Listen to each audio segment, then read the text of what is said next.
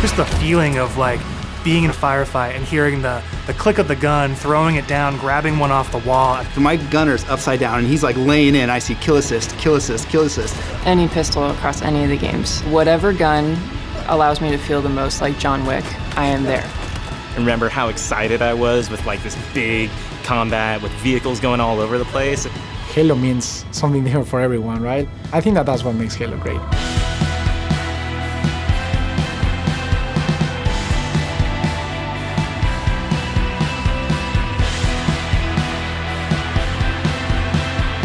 What is Halo multiplayer? And for me, it boils down to this tight arena-style combat and big team battle, this wide open, vehicle-infused kind of combat. We're taking that awesome legacy or classic Halo combat experience and modernizing it in ways that'll feel fresh to old players and really exciting to new players. We're gonna give you great ways to customize your Spartan, really make your super soldier your own, and we're kicking off a journey, an experience that's gonna evolve month to month, season to season, year after year.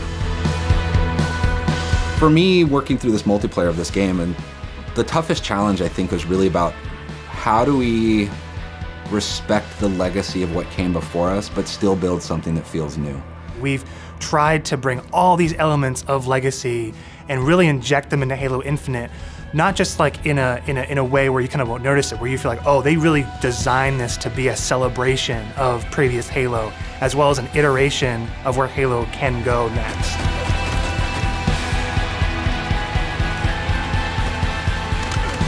The vision of Arena was all about a tight experience. It was all about being fair.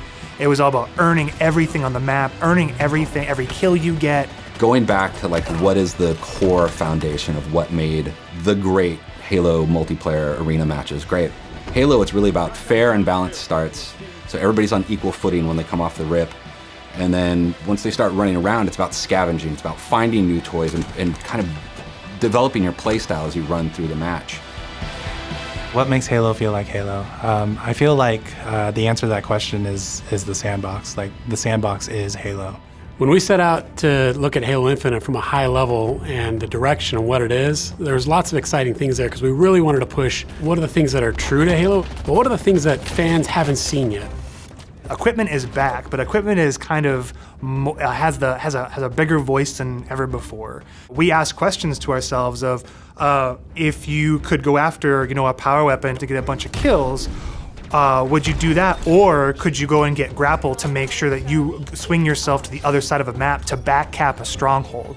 We saw it as like another avenue of not just skill expression, but tactics for teams to coordinate around. The exciting combinatory nature of this toy plus this toy and how those interact with objectives is super amazing. Looking at how the power-ups play, like your classic power-ups like the overshield and the active camouflage. For this title, what we're looking at, what we're excited for, is you pick that up and you choose when you activate it. It goes into your inventory. If you haven't used it and someone kills you in multiplayer, you drop that overshield and then they could take it, use it for themselves. That to me is very legacy, but we took the equipment side of it and modernized it. When it comes to the vehicles, we went in and decided to invest a lot in the systems. When I take damage in my Warthog, my wheels can get blown off, my hood can get blown off. There's different aspects of the vehicle that change how my vehicle handles now. And that's something that's brand new. The other thing we added to that is like this doomsday mechanic. So when you hit this threshold, the vehicle catches fire, and it's very much, you've got a certain amount of health or a certain amount of time, and you gotta choose what you wanna do with the last minutes of this vehicle. We've got a cousin to the Warthog, which is the Razorback. The back has this like multi-storage compartment that you can put a lot of stuff into. So if you want to put like detached turrets, power weapons, fusion coils, objectives, and that is what's really making the Razorback kick a lot of butt in MP and campaign. The levels define pace for the game, how frantic it is, and they define that iconic fantasy for players as they're entering that match. What do they want to do? What type of experience are they hoping to have? What kind of combat, what kind of dance floor is there available to have that combat in? For me, BTV is all about experiencing the full extent of the sandbox of Halo in just one match, right? Like you see the vehicles, the weapons, the equipment. we really wanted to take that kind of concept, those feels you had, playing the previous games, and just turn the volume up.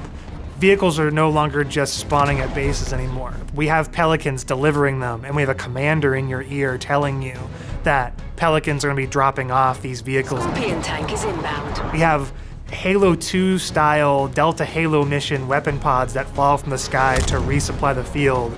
That's where it makes it feel like a real battlefield, and it's very exciting. This is not just more players, this is just this certain beautiful slice of sci-fi chaos.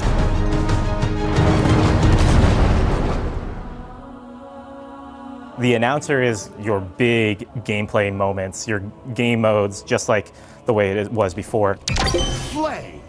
Personal AI is really a reflection and information for the player. Personal AI, designation button. So if a player grabs a flag, your personal AI is going to tell you to, get that thing back to base and give you some moment-to-moment updates. Our team took the enemy flag. What if we can let players choose their own AI, and each one of those are different voices, so that players can find the one that fits their personality and their mood the best?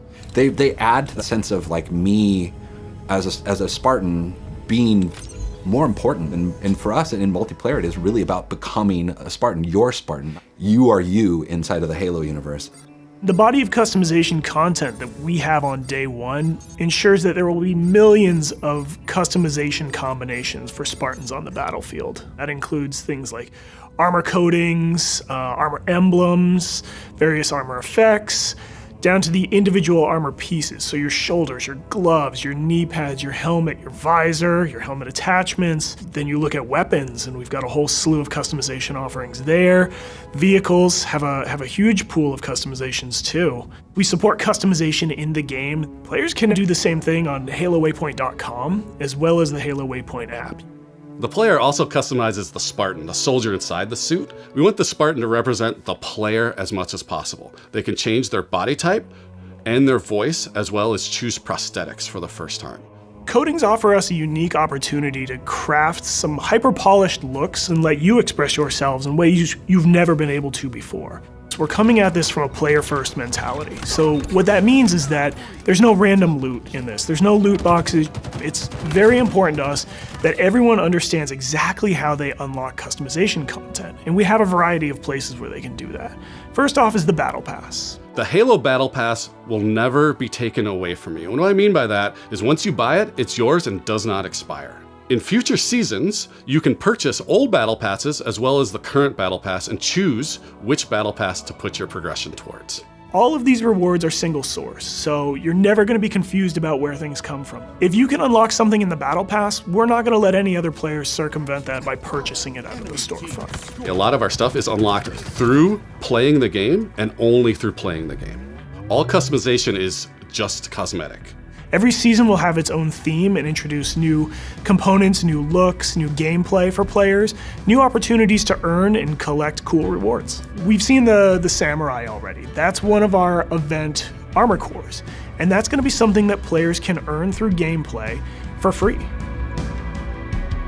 With us going free to play for the multiplayer part of the game, that was a big goal because, how do we have a way we can always bring players in, right? And they can, when we have a new update, they'll just dip their toes in if they even just want to see it. Not only are we free to play, but we're free to play on PC as well as console. And what that means is we're able to get the biggest audience we've ever had. Everybody gets to play with no barriers. And even better, your progression carries from one platform to the next. Getting our game to be on PC and console at the same time is an amazing chance for us to really just kind of excite new players about the game. How can we do things like make cross-play interesting, and even in just customs, being able to just play with your friends. That some people have PCs and some people have consoles, and let them talk to each other, let them be friends. Why are you here? To be a Spartan. The Academy is a place that you can go with an MP to kind of onboard into the experience. It's great for newer players who are still picking up the controls, and also people who want to warm up before they head into matchmaking. It's a series of experiences, both a tutorial to get started for the first time, weapon drills to practice with specific items, and also training mode that you can use to just get warm, explore the game as you want to. For players who are new to Halo, let's help them learn what this universe is about some of these characters, what are they about? And help them kind of know the vocabulary that people have been speaking for now almost 20 years, so that when they come in there, they don't feel like they're behind everyone else. They can kind of come in on an even footing. I mean, I'm super jazzed about bots. I think they're awesome. Our goal with bots has been to have a variety of difficulties that kind of provide a good training partner for wherever you're at in the experience.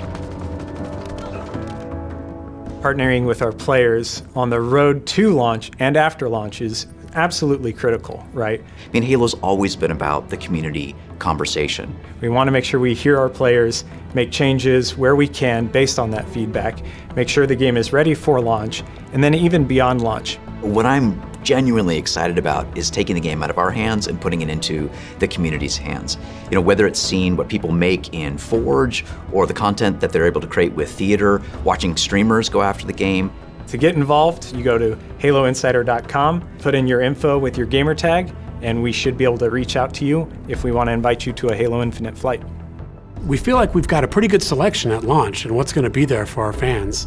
And this isn't going to be something that is just a static set of items. We have some new stuff in the works already, and just can't wait to really get into that as soon as this game comes out. New maps, new modes, new ways to customize your Spartan. Launch is just the beginning. Now we're just going to be able to talk, interact more frequently, and that's just going to be great. That is the future of Halo Infinite multiplayer. Thank you to the community for all their feedback over the years so far, and I'm looking forward to the road to launch, launch itself, and beyond.